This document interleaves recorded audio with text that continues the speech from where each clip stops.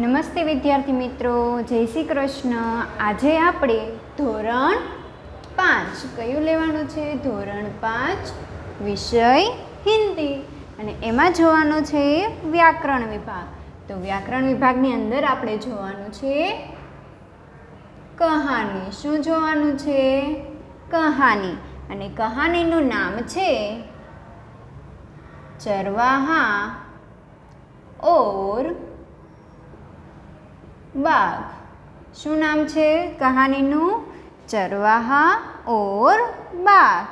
કે આપણે જે પહેલા પાઠમાં જોઈ ગયા છીએ, ચરવાહા ઓર બાઘ એટલે કે એક ગોવાળિયો હોય છે અને એમ ગોવાળિયો અને વાઘની વાત કરવામાં આવેલી છે. તો અહીંયા આપણે કહાની લેખનની શરૂઆત કરવાની છે. તો બુકની અંદર તમારે ક્યાં લખવાનું છે? તો બુકની અંદર તમારે જ્યાં તમારું પેન પેજ પછીનો આપણે જે વ્યાકરણ વિભાગ ચાલુ કર્યો છે ત્યાંથી આ ચરવાહા ઓર બાઘ કહાની લેખન લખવાનું ચાલુ કરવાનું છે. પરંતુ કઈ રીતે લખવાનું છે? નવા પેજ ઉપર. ક્યાં લખવાનું છે? નવા પેજ પર. આગળના ટોપિકની નીચેથી લખવાનું ચાલુ કરવાનું નથી. નવા પેજે નવો ટોપિક. તો કે ચરવાહા ઓર બાઘ.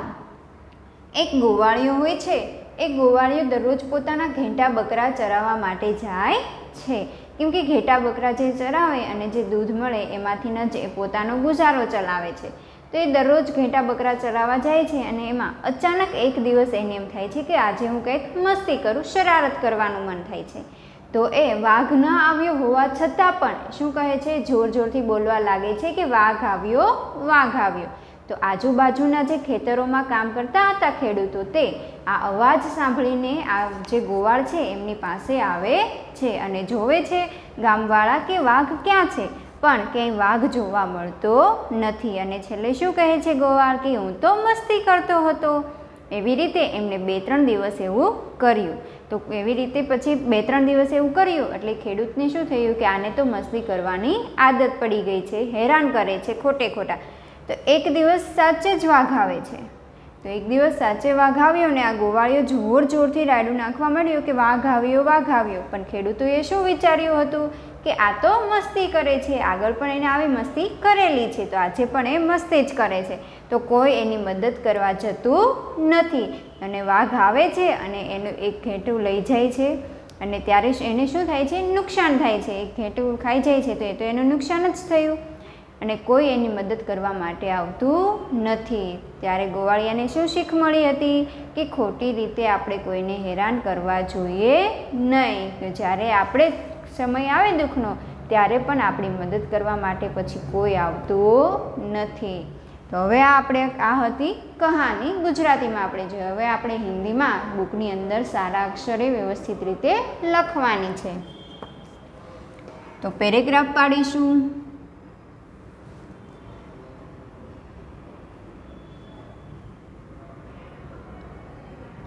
करणपुर नामक गांव में एक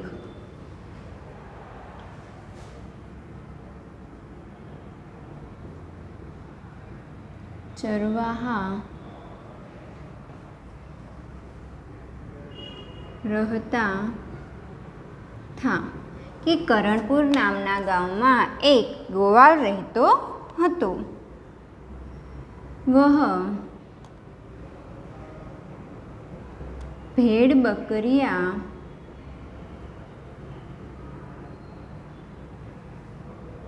पर अपना गुजारा करता था.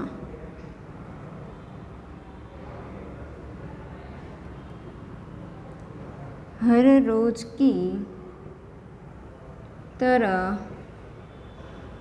वह एक दिन अपनी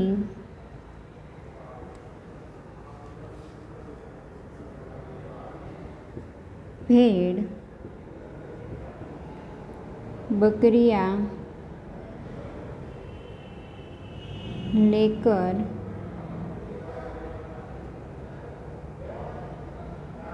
जंगल में गया।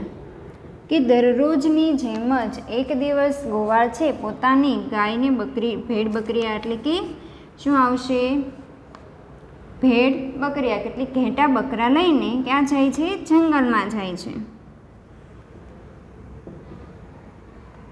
ભેડ બકરીયા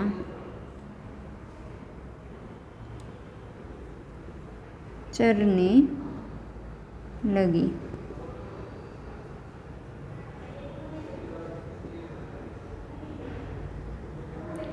अचानक चरवाहे को मजाक करने की सूझी કે અચાનક જ ચરવાહાને ગોવાળિયાને મજાક કરવાનું વિચાર્યું. વહ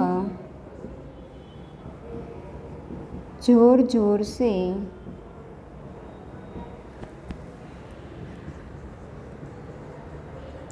चिल्लाने लगा. તો તે શું કરે છે? તો કે જોર જોરથી ચિલ્લાવા લાગે છે. શું ચિલ્લાવે છે? તો કે બાઘ આયા, બાઘ આયા. શું કહે છે કે વાઘ આવ્યો, વાઘ આવ્યો. चरवाहे की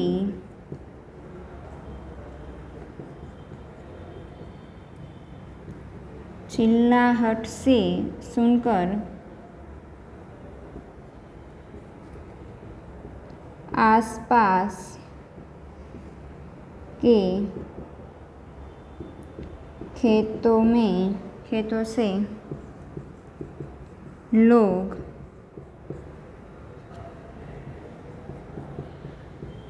દોડે આए. કે ચરવાહાની આવી ચિલ્લાહટ સાંભળીને આજુબાજુના લોકો છે એ દોડ્યા આવે છે. ચરવાહા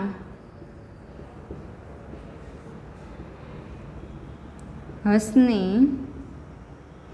लगा और कहने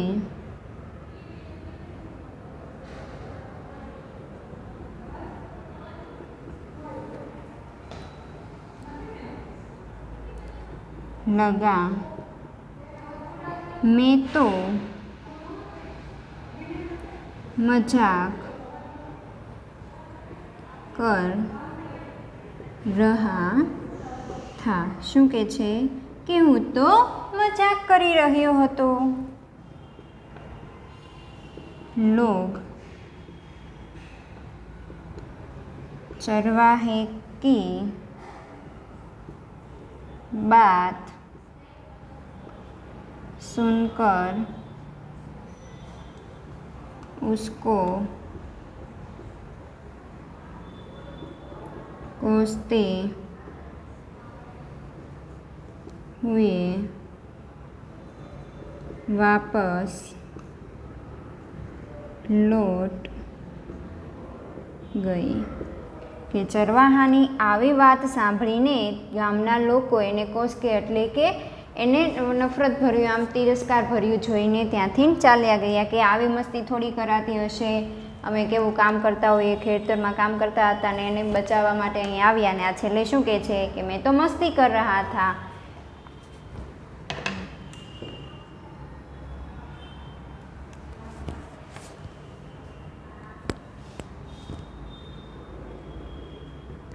कुछ दिनों के बाद सचमुच में बाघ आया. કે થોડાક દિવસ પછી સાચે જ વાઘ આવ્યો. ચરવાહા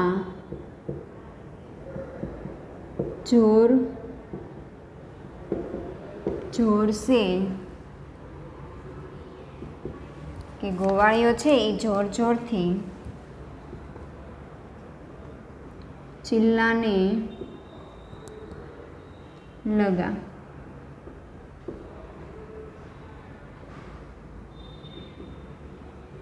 बाघ आया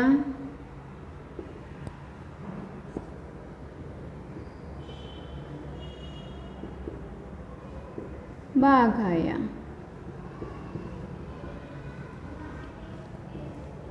लेकिन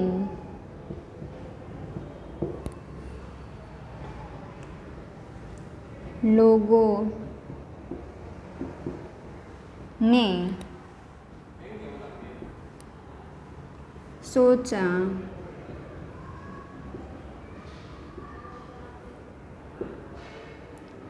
चरवाहे को मजाक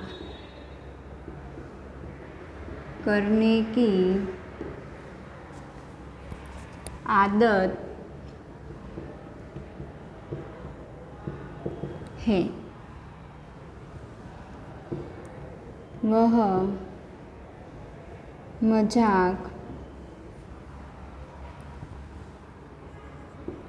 कर रहा है। यह सोचकर कोई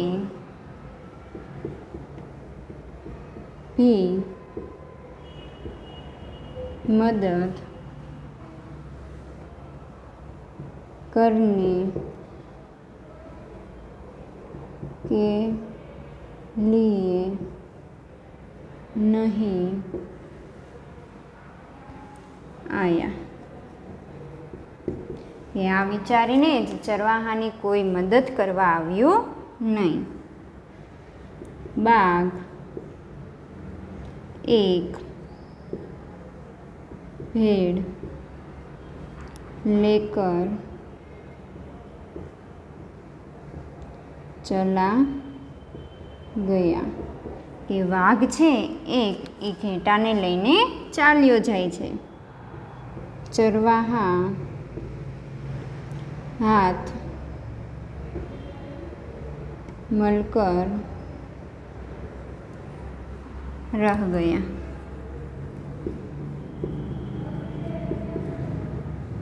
वह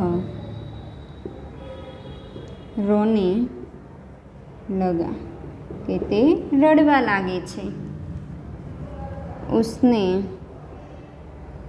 उसे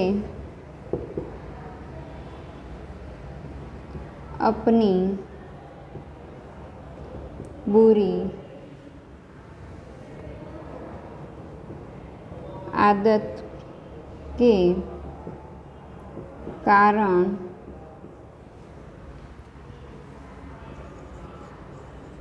नुकसान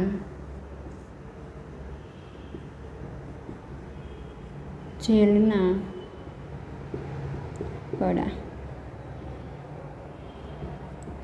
अपनी बुरी आदत पर पछताने लगा।